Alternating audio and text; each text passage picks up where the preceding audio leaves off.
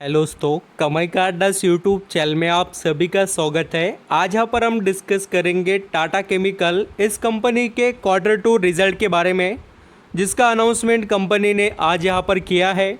और जो result present किए हैं कंपनी ने, वो दोस्तों सभी के होश उड़ाने वाले हैं। एक्चुअली आप यहाँ पर जो न्यूज़ मार्केट में बहुत बार देख रहे थे, जैसे कि सोडा, जो यहाँ पर पूरा मार्केट ही सोडे का प्राइजेस बढ़ने के बाद में काफ़ी डिमांड में देखने को मिला, तो कंपनी के ऊपर उसका इम्पैक्ट हुआ या नहीं इस क्वार्टर के अंदर, वो भी मैं आपको बताता हूँ। आप ज़रूर अंडरस्टैंडिंग कर लेना। किसी के पास टाटा केमिकल के शेयर्स है, कोई ख़रीदना चाहता है, तो ज़रूर अंडरस्टैंडिंग कर लेना चाहिए कंपनी के रिज़ल्ट को। वीडियो अच्छा लगे, मेरे एफर्ट पसंद आए, तो कमाई का अड्डा इस यूट्यूब चैनल को लाइक सब्सक्राइब करना। कमेंट में बताना कोई क्वेश्चन क्वेरीज आपके माइंड में यहाँ पर हो तो। दोस्तों, जैसे कि कंपनी के अंदर हम टाटा केमिकल के देखें तो कंपनी ने कोई बड़े अनाउंसमेंट यहाँ पर नहीं किए, only and only result announce किए हैं स्टैंडअलोन बेसिस पर एंड कंसोलिडेटेड बेसिस पर। तो मैं आपको पहले टाटा केमिकल इसके कुछ सब्सिडीज़ के बारे में थोड़ा इंट्रोडक्शन देना चाहूँगा। देखिए दोस्तों, आप सभी को ये जानकारी तो होनी ही चाहिए कि कंपनी का साम्राज्य कितना बड़ा है और एक्चुअली वो कंपनी कितनी फैली हुई है, आपको वो भी पता चलेगा। जैसे कि देखिए, ये सभी यहाँ पर नेम ऑफ जो कंपनीज़ है या इनसे रिलेशनशिप है टाटा केमिकल का, हम ऐसा कह सकते हैं। और जैसे मैंने आपको पहले बताया कि रैलीज इंडिया जो कंपनी है वो टाटा केमिकल की सब्सिडी हम यहाँ पर कह सकते हैं। और ऐसे बहुत से कंपनीज़ यहाँ पर इनके पार्ट है। यहाँ पर आप ब्रिटिश साल्ट लिमिटेड देख सकते हैं, ऐसे बहुत से हैं कंपनीज़। ये लिस्ट है पूरे कंपनीज़ के, जो कि यहाँ पर कुल मिलाकर 32 के करीब है। कुछ जॉइंट वेंचर या यहाँ पर पार्टनरशिप भी हो सकते हैं। अब दोस्तों, हम बात करेंगे टाटा केमिकल के रिज़ल्ट के बारे में। सबसे पहले हम कंसोलिडेटेड रिज़ल्ट देखने वाले हैं और दोस्तों सभी फिगर सीन यहाँ पर करोड़ में हैं। और पहले मैं आपको कंपनी का इनकम बताता हूँ कि जो यहाँ पर कंपनी ने किस तरीके से प्रेजेंट किया है। तो यहाँ पर टाटा केमिकल ये कंपनी पिछले साल सितंबर 2022 में इनकम कमा रही थी 4,299 करोड़ का। दोस्तों, वो सितंबर 2023 में घटकर हो गया है 4,083 यहाँ पर करोड़ का। यानी कि आप यहाँ पर जो ग्रोथ के नाम पर तो कंपनी ने कहीं पर भी हमें इम्प्रूवमेंट नहीं दिखाई, बट डाउन ट्रेंड में कंपनी जाते हुए आपको देखने को मिलेगी। अब दोस्तों, आगे बढ़कर हम कंपनी के क्वार्टरली इनकम को देखें तो आप यहाँ पर जून 2023 में देख सकते हैं जो इनकम था वो था 4,267 करोड़ का, जो यहाँ पर घटकर 4,083 हो चुका है करोड़ में। वो भी यहाँ पर हम कह सकते हैं सितंबर 2023 में। यानी कि आप यहाँ पर एक बात अच्छे से समझ सकते हैं कि टाटा केमिकल इस कंपनी के इनकम में इम्प्रूवमेंट नहीं है। इसका मतलब इसके जो प्रोडक्ट वगैरह है दूसरे अदर, उसकी डिमांड थोड़ी कम हुई है। और इसके पीछे रीज़न दोस्तों काफ़ी ज़्यादा है। हम सभी को पता है कि केमिकल इंडस्ट्रीज़ काफ़ी ज़्यादा यहाँ पर प्रेशराइज चलते हुए देखने को मिल रहे हैं, तो इसका भी इम्पैक्ट हमें यहाँ पर ज़रूर देखने को मिला है।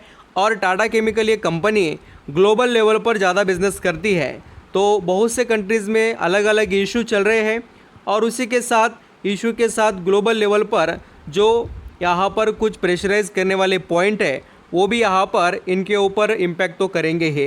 ये कंपनी इंटरनेशनल लेवल पर बहुत बड़ा वेटेज रखती है टाटा केमिकल। अभी प्रॉफिट की बात करें कंसोलिडेटेड रिजल्ट में, तो यहाँ पर टाटा केमिकल इस कंपनी ने 680 जो दोस्तों यहाँ पर करोड़ में प्रॉफिट कमाया था, वो घटकर 495 करोड़ हुआ है।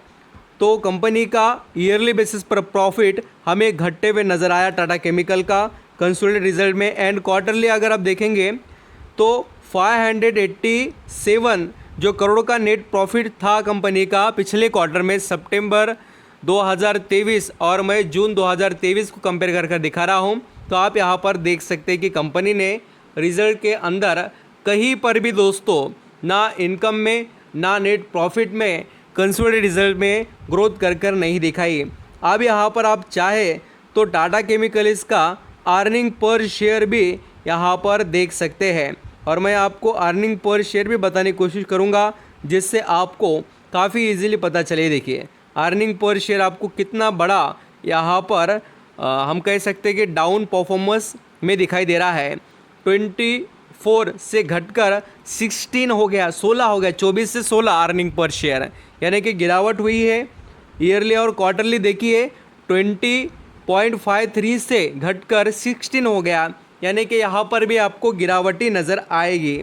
अब यहाँ पर हम दोस्तों टाटा केमिकल इस कंपनी के जो स्टैंडअलोन के रिजल्ट है उसको स्टडी करते हैं। तो स्टैंडअलोन के जो भी यहाँ पर फिगर्स है वो भी इन करोड़ में है, और यहाँ पर भी आप देख सकते हैं स्टैंडअलोन के अंदर टाटा केमिकल इस कंपनी ने कोई बड़ी ग्रोथ दिखाई ही नहीं है। बिल्कुल आप यहाँ पर अंडरस्टैंडिंग करेंगे तो भी आपको ईजीली पता चलेगा कि इनकम ना दोस्तों ईयरली बढ़ा, ना यहाँ पर क्वार्टरली बेसिस पर। तो मैं अभी आपका ज़्यादा वक्त नहीं लूँगा, आपको यहाँ पर स्टैंडअलोन रिजल्ट का डायरेक्टली नेट प्रॉफिट बता देता हूँ, और उसके बाद में हम स्टॉक से रिलेटेड डिस्कस करेंगे।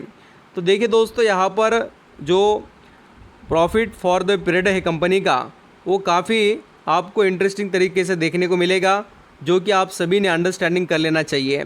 नेट प्रॉफिट बिफोर टैक्सेस, उसके बाद में टैक्सेस एक्सपेंसेस, और फिर कंपनी के पास बचता है नेट यहाँ पर प्रॉफिट। तो कोई भी खास इम्प्रूवमेंट कंपनी के नेट प्रॉफिट में अल्सो नहीं है। ये देखिए आपके आगे ही फिगर्स है, और आपको कोई शक हो तो दोस्तों यहाँ पर आप कंपनी के अर्निंग पर शेयर को देख सकते हैं।